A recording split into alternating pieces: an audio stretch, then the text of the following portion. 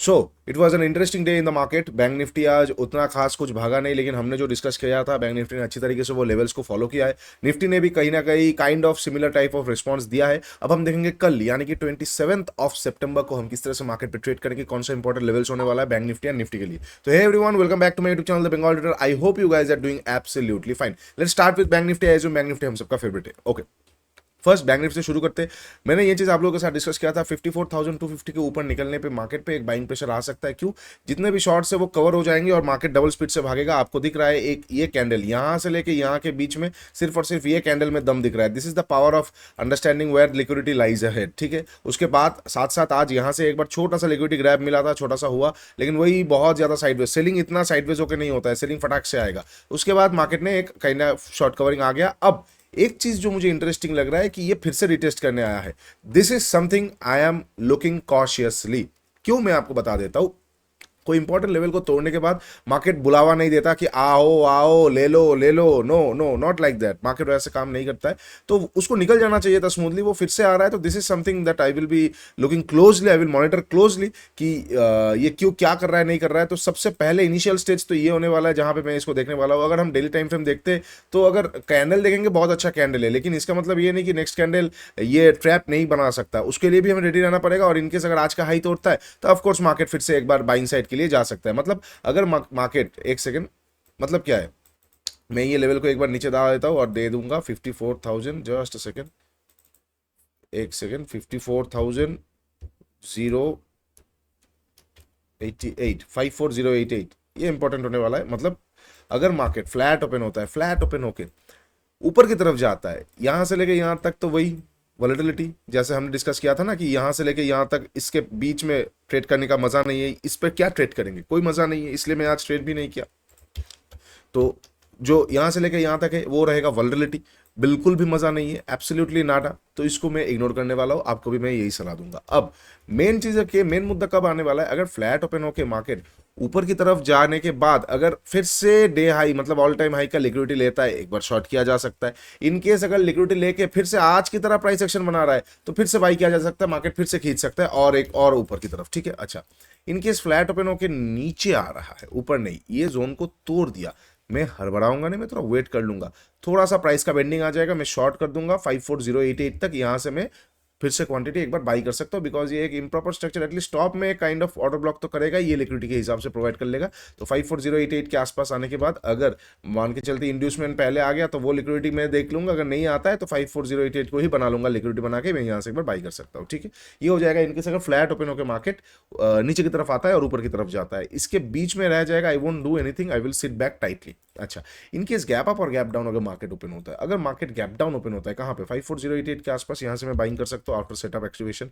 इसके नीचे gap down open हो जाएगा, मैं देखूंगा फर्स्ट हाफ को, सेकंड हाफ में मैं करने वाला हूं, बिकॉज अल्टीमेटली एक मूव आ चुका हुआ होगा तो मार्केट थोड़ा सा अजीब रिएक्ट कर सकता है।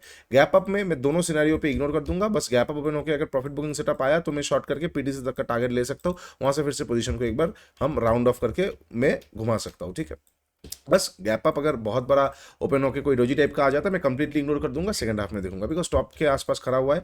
थोड़ा सा मार्केट थोड़ा सा खुद को रेंज पे टाइट कर रहा है और कैंडल मजा नहीं आ रहा है। आप कैंडल्स देखोगे, कैंडल्स देख के आपको समझ में आ रहा है मजा नहीं आ रहा है, तो पहले उसके लिए थोड़ा वल्नरेबिलिटी बढ़ने देंगे और मार्केट को थोड़ा सा मूवमेंट करने देंगे। उसके लिए सबसे अच्छा तो यही रहेगा, फ्लैट ओपन हुआ और यहाँ पे एम पैटर्न जैसा बन गया, मैं वहाँ पे बिना देखे शॉर्ट कर दूंगा, थोड़ा ऊपर का स्टॉप लॉस 54,088 का फर्स्ट टारगेट, उसके बाद जो होगा देखा जाएगा। ठीक है, तो मतलब अगर प्राइस एक्शन आ गया और मान के चलते इसी बीच में रह गया, इसी बीच में रह गया और फिर तो रहा है और अच्छी बात है, इसी बीच में रह गया, इसी बीच में रह गया और फिर लिक्विडिटी ले लिया, लिक्विडिटी लेके फिर तो रहा है और अच्छी बात है। तो जितना रेंज बना के वो तोड़ेगा हमारे लिए अच्छा है।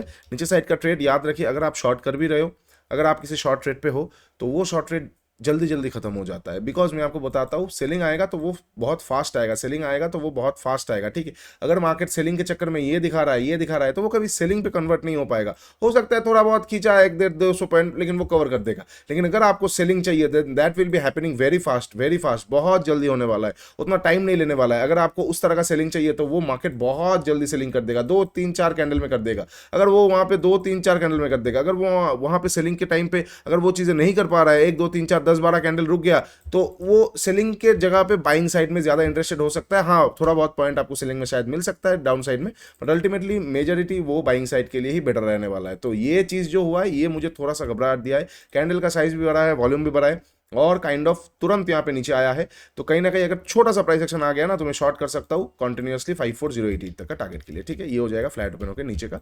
और बाकी स्टॉक्स का तो मतलब मार्केट टॉप के आसपास खड़ा हुआ है, but stocks are slugging out, तो kind of we are in a cautious situation. मतलब मार्केट थोड़ा सा भी टाइम करेक्शन करेगा, स्टॉक तोड़ सकता है, बट वैल्यूएशन में आ सकता है, जरूर उसको देखिएगा। चलिए एक बार निफ्टी डिस्कस कर लेते हैं, निफ्टी में कौन सा लेवल्स हमारे लिए इंपॉर्टेंट होने वाला है कल फ्राइडे के लिए। Same to same just like bank Nifty, Nifty में हमारा डिस्कस था, जस्ट अ सेकेंड, कहाँ गया निफ्टी, आ क्यों ना रहा है, एक मिनट,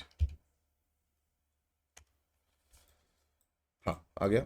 निफ्टी में हमारा क्या प्लान था, 25952 के आसपास से मैं एक बार बाइंग कर सकता हूँ, बट हुआ नहीं, निफ्टी ऊपर में ही रह गया, यहाँ का लिक्विडिटी लिया गया और फिर ऊपर की तरफ गया है। ठीक है, गया ऊपर की तरफ जाने के बाद 26250 के आसपास से मार्केट शूटिंग स्टार टाइप का कैंडल बना के थोड़ा नीचे आया है, छोटा सा प्राइस एक्शन आ जाएगा, मैं शॉर्ट कर दूंगा।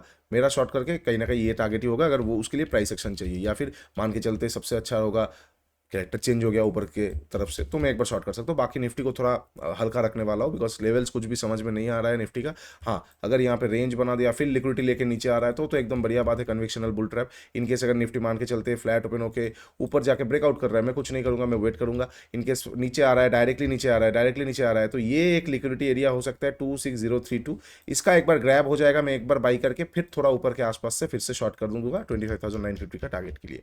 अच्छा, गैप अप और गैप डाउन अगर ओपन होता है, सपोज मार्केट गैप अप और गैप डाउन ओपन हो जाता है, कहां पे gap up gap down open हो रहा है, अगर मार्केट गैप अप ओपन होता है, बहुत बड़ा प्रॉफिट बुकिंग सेटअप आया तो मैं शॉर्ट कर सकता हूं, अदरवाइज मैं इग्नोर कर दूंगा। गैप डाउन पे ट्रेड बन सकता है, कहां पे गैप डाउन ओपन हो रहा है, इतना बड़ा गैप डाउन आंख बंद करके बाइंग करूंगा, ये मिडिल में गैप डाउन लिक्विडिटी ग्रैब में बाइंग कर सकता हूं। और अगर मान के चलते गैप डाउन ओपन होकर लिक्विडिटी ग्रैब होकर ऊपर गया, फिर अपसाइड लिक्विड लेके फिर से डेलो तोड़ रहा है, तो मैं फिर से शॉर्ट कर सकता हूँ। थोड़ा ट्रिकी सिचुएशन हो सकता है, फ्राइडे का मार्केट है, फ्राइडे में ऑलरेडी मार्केट का जो ऑप्शन का प्रीमियम है वो 12 बजे के बाद ही बढ़ना चालू करता है, तो फर्स्ट हाफ में हल्का रखिए ट्रेडिंग को, सेकंड हाफ में ज्यादा ट्रेडिशनल ना जाके स्मार्ट जो लेवल्स है उस पर फोकस करके सेकंड हाफ में अच्छी तरह से अच्छे खासा तरीके से ट्रेड करने की कोशिश कीजिए।